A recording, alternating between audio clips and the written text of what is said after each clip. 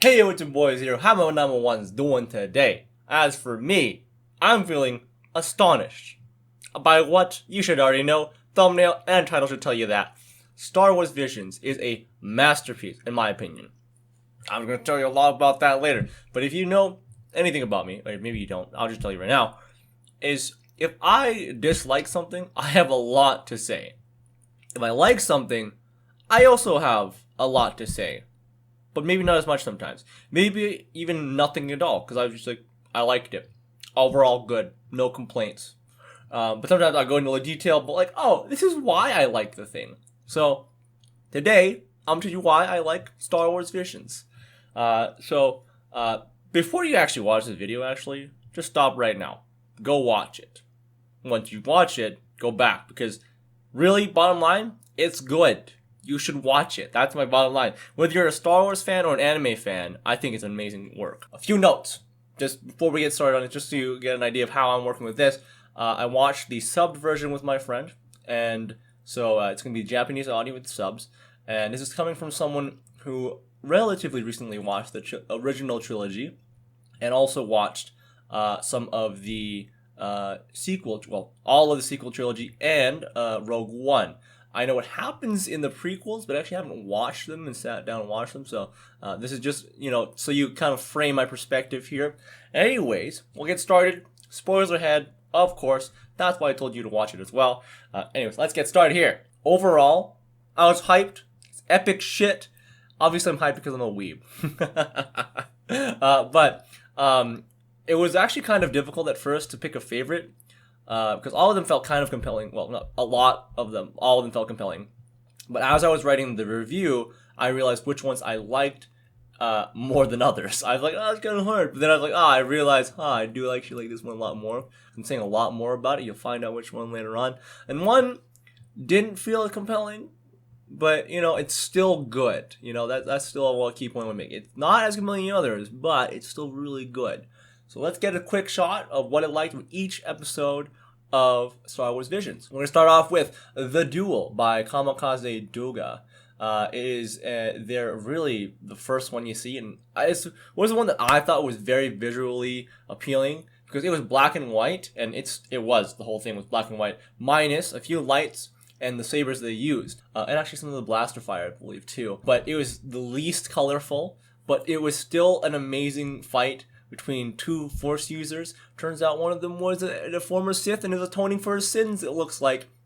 And it's amazing. It's just the high energy kind of fight you would expect from very skilled Force users. Now, is it faithful to what you would think what a Force user would use? Maybe, because I do know one of the forms of saber combat is very acrobatic. That's the one that Yoda uses, so yeah. And I know a little bit about Star Wars lore, anyways, next one is Tatooine Rhapsody from Studio Colorido. It's a really cute story about a band in the galaxy, which has a very nice featuring of Boba Fett and Jabba the Hutt, especially because one of the characters is a relative and possibly the heir to the Hutt gangster family. I don't know if that's true or not. I don't know how canon this is. I know that in Legends, he had a nephew.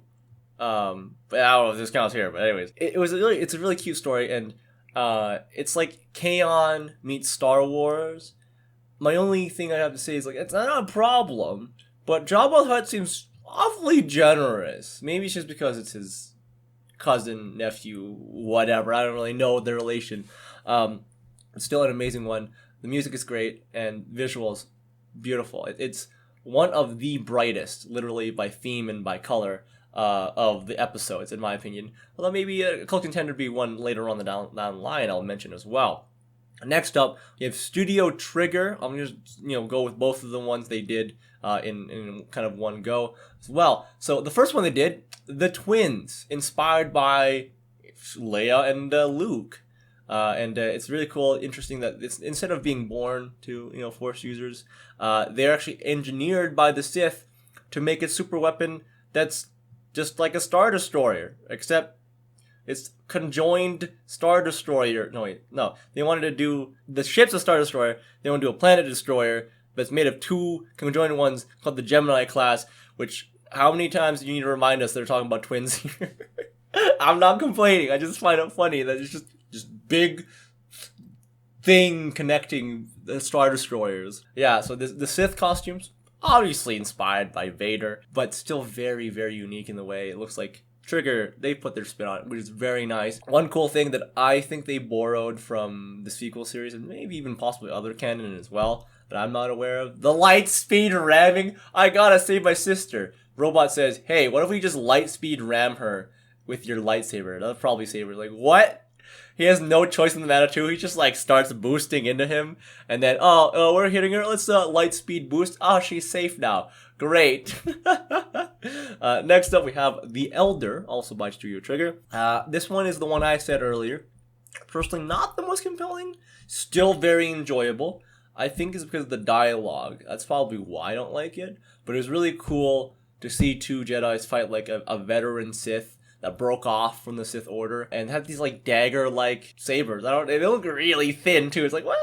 That's really weird. And they might be inspired by Kylo's saber because they had like the exhaust going out the sides as well. Kind of like his cross guards. Cool, interesting little inclusion there for that kind of thing.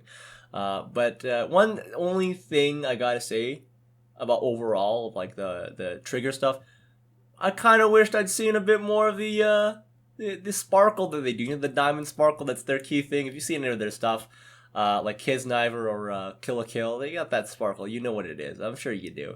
I forgot to mention one thing too. The Elder was a really interesting story about passing on your knowledge because everyone gets old. Everyone gets old and loses their power. And it's about passing on that knowledge and power to the next generation, I like that story a lot. That's a really nice story. The next one I want to talk about, The Village by Kinema Citrus. From my knowledge, they are a studio that have worked on some Pokemon animations before, and it's really interesting and good commentary on people and their connection with nature and preservation of nature. And it's so beautiful. I love that they did this is the memory of the planet, and yeah, and also, is that Ichigo from Darling in the Franxx? No, it's not. But it was like, it was that cool, like, she did that cool, like, dash cut, like, villain dead thing. The very anime thing. This is the one I'm biased of, okay? This is the one I'm very biased of, very, very, very biased of. The Ninth Jedi by Studio IG. My boys, Studio IG.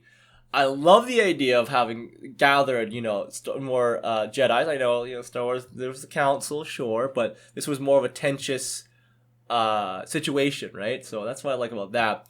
And the guy who we were introduced to, the guy who actually has the message to gather them, Ethan, shows the message. The guy, Gero, looks like a villain. I've got a bad feeling about this, They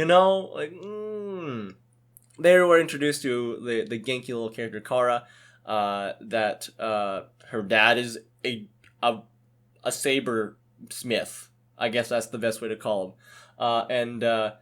Now, there was a cool chase scene because people found out, hey, people who hired him sent people after him. Oh, that's too bad. Oh, look at that. He's a villain. And the cool chase scene with Kara. I love the one on the ice. I posted it on Facebook and on Twitter. I loved it. I'm going to show it right here, obviously, because it's very cool to see styling on that dude. And when she safely got the sabers up to Gero, oh, surprise! 7 out of the 8 Jedi are actually Sith. And it's a really great payoff because if you pay attention while watching this, Kara's dad said, hey, the saber reflects the person who wields it. Also, Ethan was the only one handling the saber when they were given to that robot, from the robot that Gero was hiding in earlier. And it had that really cool, 7v3 fight. It was beautiful. That then became actually a 6v4, which was really cool because then it had that cool purple saber. Who was that? It'd be hilarious if they actually got Samuel Jackson to voice him. I don't know about that because, again, I watched the sub, but favorite action scenes of it, Visions, definitely for sure. And we have 2 more here, grouped together again. Science Saru. First one called T0B1 or T0-B1 or TOBY, much easier to say that way. And this one is visually very interesting as well because it's as if early Disney and Astro Boy And Star Wars, excuse me, I burped there, had a baby. Oh, burp. Oh, God. Gas. Had a baby. And it's beautiful. And fun fact, Astro Boy was actually inspired by early American animation. Specifically, I believe, Betty Boop. And all of that stuff was inspired by early Disney as well. So it's kind of cool to see that inspiration there. It's very bright, and it's really cool. They also have the references in the basement of like these drawings on the wall. We had you know Luke with the lightsaber, and we had Kenobi and Grievous. You see him with the sabers there. He's like, ah, you'll see him. And hello there, right? You see him, and it's really cool. I'm not an expert of lore or movies, but if you look at the wall, I'm sure there's scenes that you recognize from that I don't for sure. And it's very, very lovely, old Disney style Star Wars. It's so weird to say because Disney commissioned this. Next we have akkakiri. Apparently it means red mist or red fog. I'm not entirely sure what that significance is, but it might be a reference to the red tint that the hero Tsubaki has in his vision in the last fight, because he unfortunately gave into the dark side and is now working for the dark side, which is kind of sad. It's like, it shows like, man, this guy was trying so hard to keep his values as a Jedi, and now it's like, oh, I've turned to the dark side. I'm sorry, guys, and I'm sorry, my friend Demisa. I've got to go. I've got to serve the dark side. It's like, oh, that's so sad. He's got to serve the Empire now. Oh, it's so sad. It's really, I like that kind of twist on that. And just not as much as I like the twist on the Studio IG one with the 8th, but oh, it's so good. Oh, it's so good. And finally, last one for today, Lop and Ocho, made by Geno Studio. And I gotta say, Lop, the rabbit girl, adorable. I would die for her. Maybe a bias because of my sister's rabbit. She's fucking adorable too. And the name just makes sense too, because, lop-eared bunnies are a breed, and Lop is a cute name too. Ocho is the daughter of a seemingly feudal lord of this planet based off Japan, it looks like. She's got a great heart. She even invited Lop into her family. And I've got to respect both Ocho and her dad, Yasubura's views on how to rebuild their family. Because they did a time skip.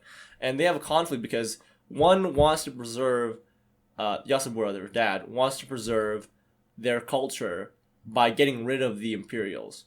And then Ocho, she wants to work with them to make peace. But also, Yasubura's kind of right. Like, they didn't need them before. They don't need them now. They could just leave. Again, I like that. Final fight was beautiful. And it showed a lot of values that, again, it's a very Japanese planet. I don't know how to describe it. That planet definitely has a lot of values, Japanese stuff. Because the cutting of the hair is a very significant thing in Asia, in some Asian cultures. Because that's a part of you that you don't really cut until, like, you change or something like that, right? Or it shows your loyalty, too. And one of my friends' favorite fights, for sure. I still think, again, IG is very good. Much better, but to each their own. Now, final thoughts about Visions. It's amazing that they actually followed the color theory that George Lucas pointed out. And when I mean color theory, I don't mean like, oh, you've got this color means this thing in artwork. I mean that the colors that the enemy forces and allied forces is consistent with what Lucas has done in his films. Every episode, for some reason, also muttered the phrase, I've got a bad feeling about this. I believe that's a Han Solo phrase. I don't know if anyone else says that in this series. Correct me if I'm wrong. And it's really cool, if you know anything about Star Wars, that Star Wars Visions kind of gone full circle. Because George Lucas made Star Wars because he was inspired by Japanese samurai films. And now we have Japanese studios making samurai-esque Star Wars. Like, it's so cool. It's so cool. I love it so much. And a statement by my friend, and I totally agree with this. Each episode feels like a passion project, and it shows. It totally shows. The very last thing overall I want to talk about this is Disney. This is how you do strong female characters. Characters that are strong and good, well, good as in well written, that happen to be women. They don't push it in your face. Because How many of the characters were women that were main characters? I don't know. A significant number. Disney. You know, this you can learn from that. You know, just saying. They're good characters and just happen to be women. You don't have to be in your face about it. That's my bottom line about that. The very last thing I want to talk about, and this is because this whole adaptation of a Western media into Japanese reminds me of Batman Ninja. Obviously, you can see by the name, but the reason mainly is because I went in. I'm not like a Batman fan. I mean, I like Batman, but I'm not like a guy who follows DC comics, and I also like anime, so it was a perfect combination there. However, if you're coming into that movie with the mindset of, oh, this is gonna be a great Batman movie, don't, because it's not that. It is an anime that features Batman. So I'm wondering, is this the same case for Star Wars Visions? Is it a sci-fi anime anthology series that happens to have Star Wars in it? Or is it a Star Wars animation that happens to be made by Japanese studios? That's a big question. I think it's the latter for sure. I want to hear your thoughts in the comments below. That's really all I have to say for today, and I appreciate you watching all the way to the end here. It really helps out the channel. And if you want to like and comment and share other thoughts about this too, that'd be great. I love to hear them. I love to read them. And I'll see you guys in the next video.